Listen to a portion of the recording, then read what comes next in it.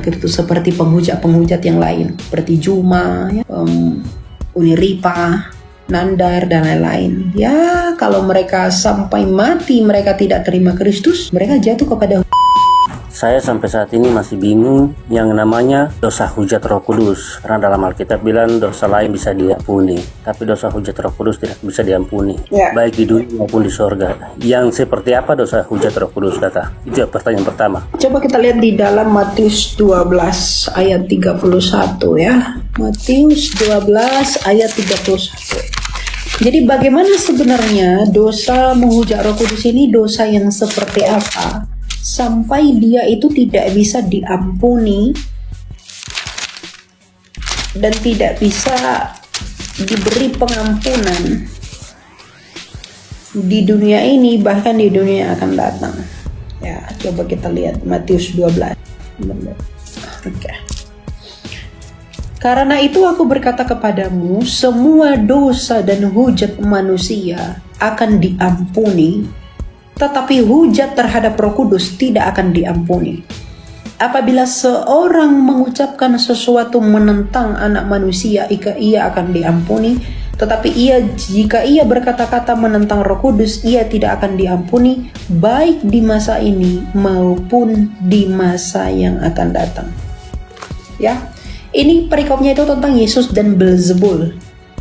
Nah, apa sebenarnya menghujat Roh Kudus? Tuhan Yesus secara khusus di ayat 32 kan bilang begini, apabila seorang mengucapkan sesuatu menentang anak manusia, ia akan diampuni.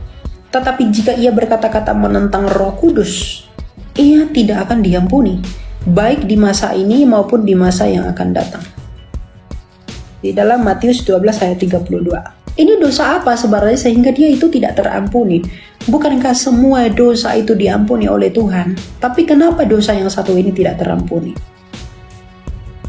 Apakah ketika kita berkata-kata yang buruk tentang Roh Kudus, kita ngomong bla bla bla tentang Roh Kudus, yang jahat-jahat, yang gak baik tentang Roh Kudus, apakah itu artinya kita sudah menghujat Roh Kudus? Nah, dosa menghujat Roh Kudus itu adalah, kalau kita melihat konteksnya, konteks ketika Yesus mengusir setan ini kan, orang Farisi yang melihat Yesus mengusir setan, itu di dalam hati mereka oleh Roh Kudus tahu bahwa Yesus itu adalah anak Allah yang maha tinggi. Dia adalah Mesias yang dijanjikan. Jadi Roh Kudus itu memberi pengertian kepada hati orang Farisi. Roh Kudus itu memberi pengertian mengenai siapa Yesus, bahwa Yesus adalah Mesias kepada orang Farisi di dalam hatinya. Dan di dalam hati orang Farisi itu mengerti bahwa Kristus ini adalah Mesias. Dan siapa yang memberi pengertian itu? Roh Kudus. Dan ya, pengertian yang diberikan oleh Roh Kudus itu kepada mereka itu disangkali dengan mulut mereka. Yang tadinya Roh Kudus mengatakan kepada mereka bahwa Yesus itu adalah Mesias, tapi mulut mereka berkata, dengan Beelzebul penghulu setan ia mengusir setan. Artinya, apa yang Roh Kudus saksikan mengenai siapa Kristus di dalam hati orang Farisi, itu dihujat oleh orang Farisi dengan mengatakan dengan Beelzebul dia mengusir setan dan penghulu setan.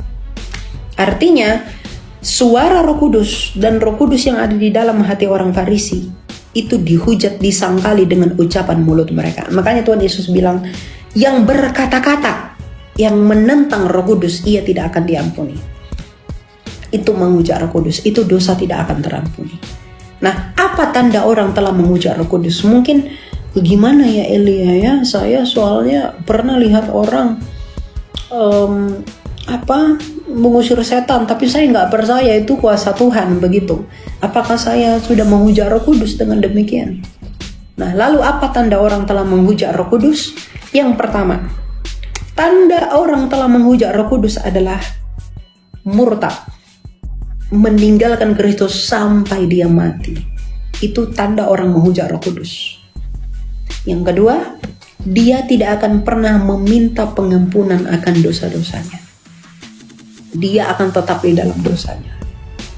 Nah, tapi kan saya sudah Tapi kan saya sudah berbuat dosa banyak, saya sudah menghujat Roh Kudus, dalam artian saya kan udah menghina-hina Roh Kudus. Saya udah bilang sesuatu yang buruk mengenai Roh Kudus. Apakah saya masih tetap diampuni?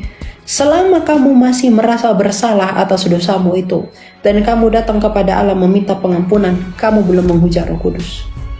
Jadi selama kamu masih bisa datang kepada Allah meminta pengampunan akan dosamu, meminta pengampunan atas dosamu, maka kamu belum menghujat Roh Kudus. Karena yang menginsyafkan kamu akan dosamu itu adalah Roh Kudus. Artinya Roh Kudus itu belum pergi dari kamu, belum terhujat dari kamu. Gitu. Jadi jangan, dan orang Kristen itu tidak mungkin menghujat Roh Kudus, tidak akan pernah bisa. Karena orang yang menghujat Roh Kudus itu adalah orang yang di luar dari Kristus, sama seperti orang Farisi yang di luar Kristus. Murid-murid Yesus tidak pernah Tuhan todong yang seperti itu.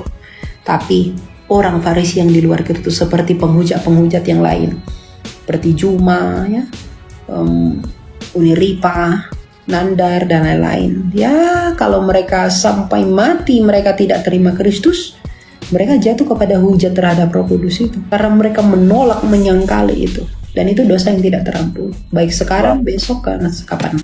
Siap, makasih Kakak. Satu lagi, karena ini kan mengenai hujat Roh Kudus. Jikalau ada orang yang khotbah di pinggiran jalan atau di luar, kemudian kita jalan dan kita merasa bahwa sesuai, kan dalam Alkitab ada yang bilang, mengatakan bahwa siapa yang menyampaikan kebenaran firman Tuhan di luar jalan-jalan, itu bukan firman Tuhan yang disampaikan. Artinya itu kita menghujat Roh Kudus atau tidak. Kemudian dalam ibadah-ibadah ada, kita kan di dalam gereja, ada gereja karismatik, ada gereja Kristen, Protestan, Katolik. Kalau yang berbicara dengan bahasa roh, lalu kita merasa bahwa wah, itu ibadahnya tuh kenapa sampai mereka bisa berkata seperti itu? Itu berarti kita menghujat Roh Kudus atau tidak? Tidak.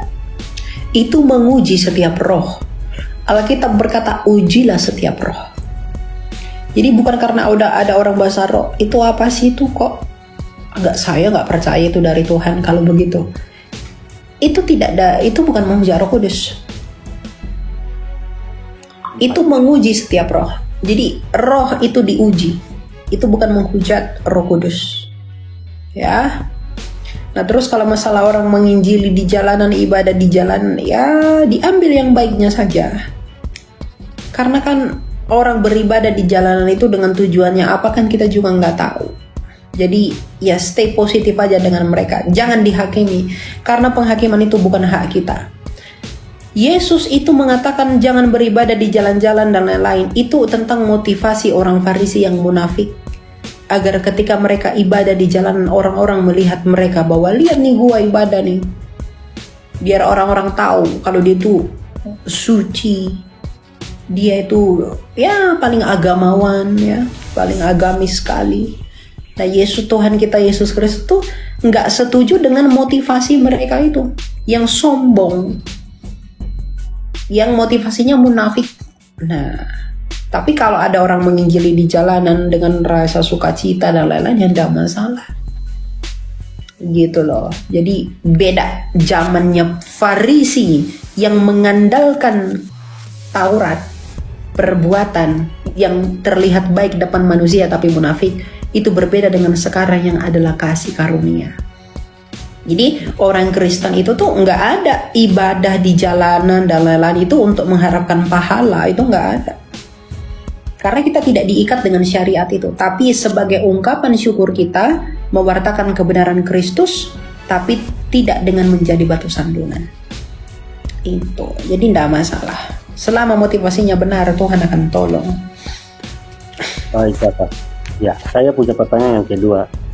Besok adalah hari di mana kita menyongsong kematian Jumat Agung. Di dalam Alkitab, Perjanjian Baru kitab Matius pasal 28 mengatakan itu tentang kebangkitan. Yang saya ingin tanya, karena dalam hukum Tuhan ada hari Sabat. Tuhan mengatakan bahwa kita ingat dan kuduskanlah hari Sabat.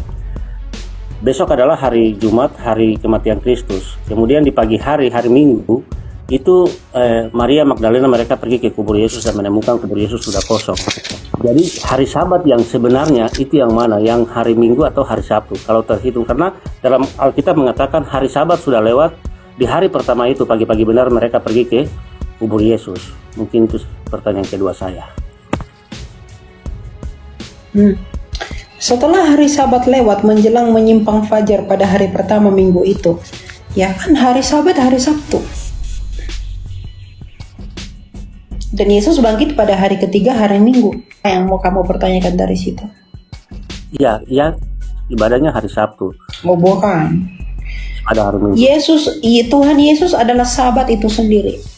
Coba kita lihat di dalam Kolose ya. Kolose berapa ya? Kolose 2 ayat 17.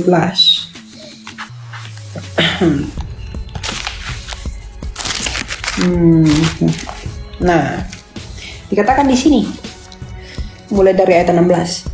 Karena itu jangan biarkan orang menghakimi kamu mengenai makanan dan minuman, atau mengenai hari raya, bulan baru, ataupun hari Sabat.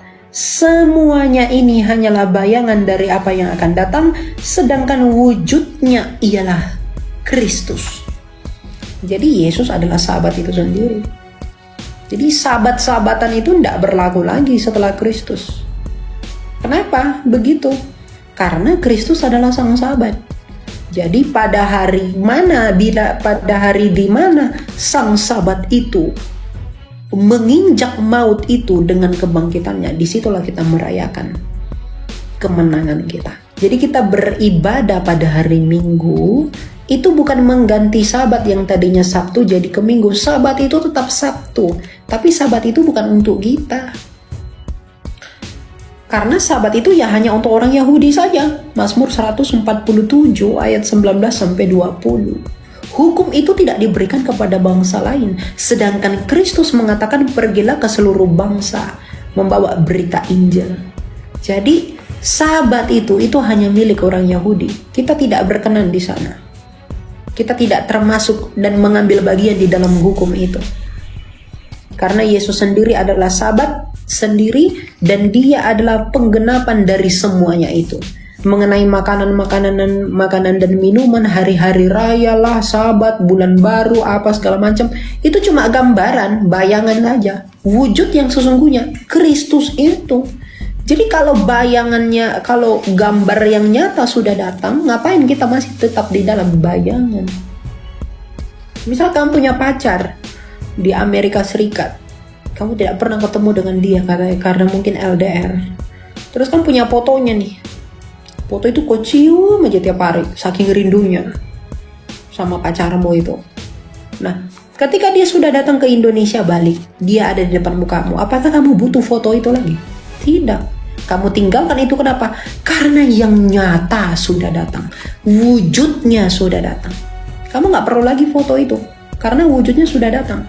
Jadi demikian juga dengan Sabat lah, hukum hari raya, bulan baru, makanan, minuman, itu hanya bayangan dari kesempurnaan yang akan datang. Siapa yang sempurna? Kristus. Kristus sudah datang. Kita nggak perlu lagi bayangan itu, karena Kristus sudah datang.